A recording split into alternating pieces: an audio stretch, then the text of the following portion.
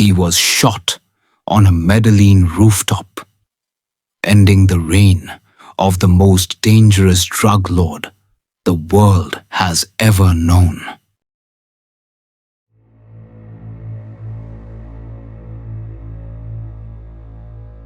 He was a billionaire before 35, smuggled over 80% of the world's cocaine, and ordered more assassinations than any mafia boss in history.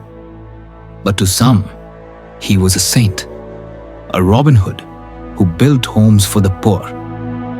This is the story of Pablo Escobar, the man who declared war on a nation and lost.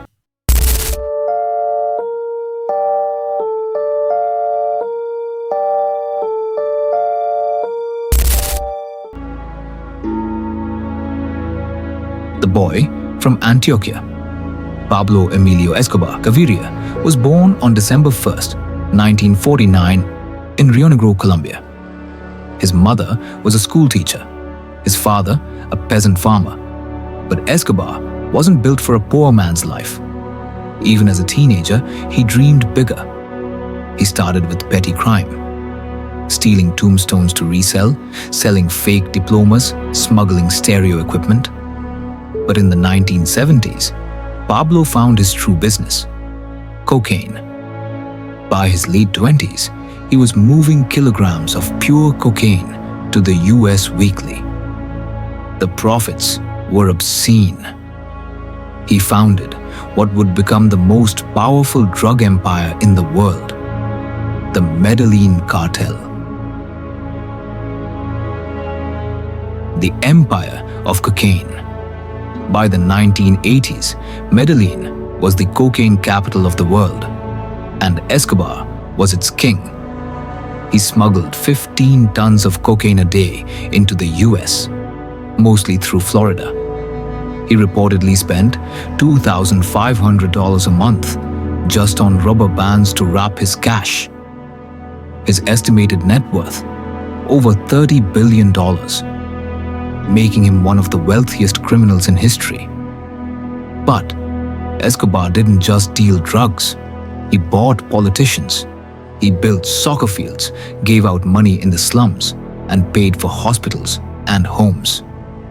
He was loved in Medellin, nicknamed El Patron, and viewed by some as a savior.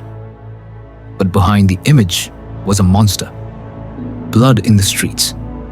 Escobar's true motto was plata o plomo, silver or lead. Take the bribe or take a bullet. Judges, politicians, journalists, police. He ordered the assassination of anyone who stood in his way. One of his most shocking acts: the bombing of Avianca Flight 203 in 1989, killing 107 innocent people. Why? He believed a presidential candidate was on board.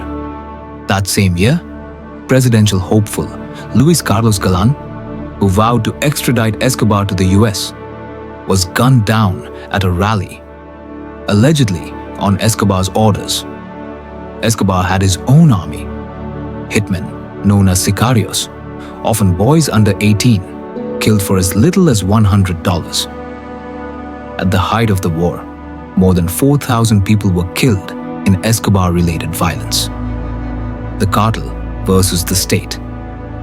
In response, Colombia, under US pressure, launched an all-out war. They formed the Search Bloc, an elite task force under Colonel Hugo Martinez, trained and funded by the US DEA. Enter Steve Murphy and Javier Peña, American DEA agents assigned to take down Escobar.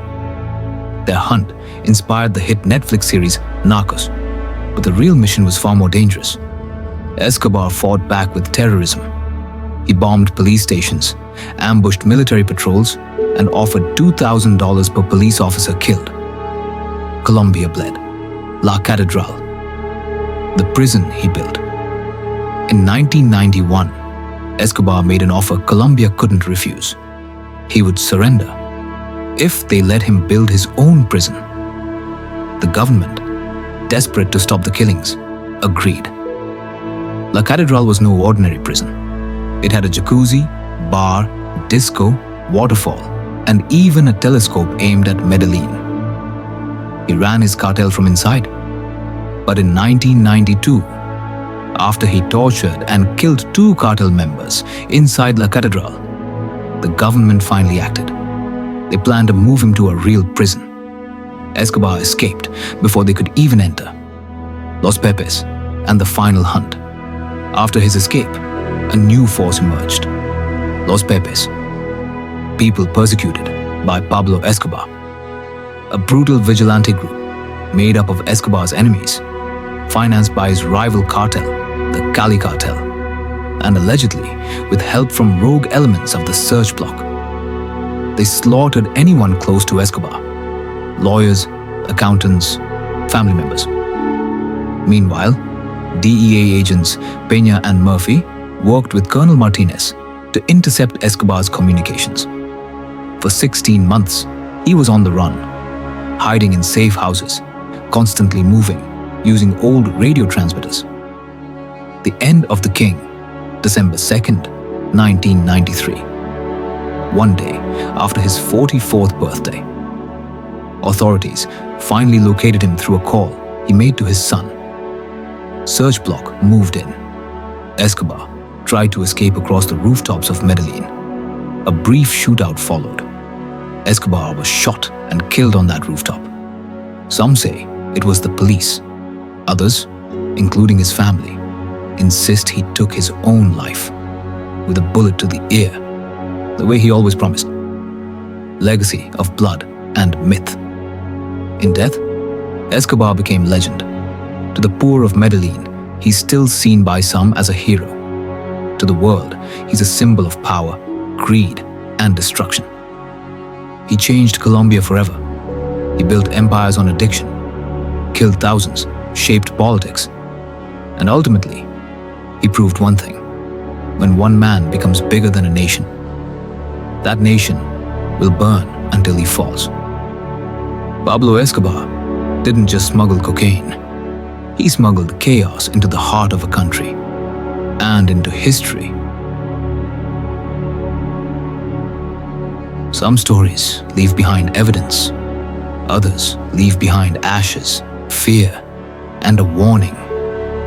Pablo Escobar's rise and fall wasn't just a drug empire collapsing. It was a country bleeding to reclaim its soul. Power, corruption, and the cost of silence. This is what happens when a man becomes a myth and a myth becomes a monster. You've been watching Behind the Crime, where truth isn't buried, it's exposed. Subscribe for more true crime stories that go beyond the headlines and deep into the shadows.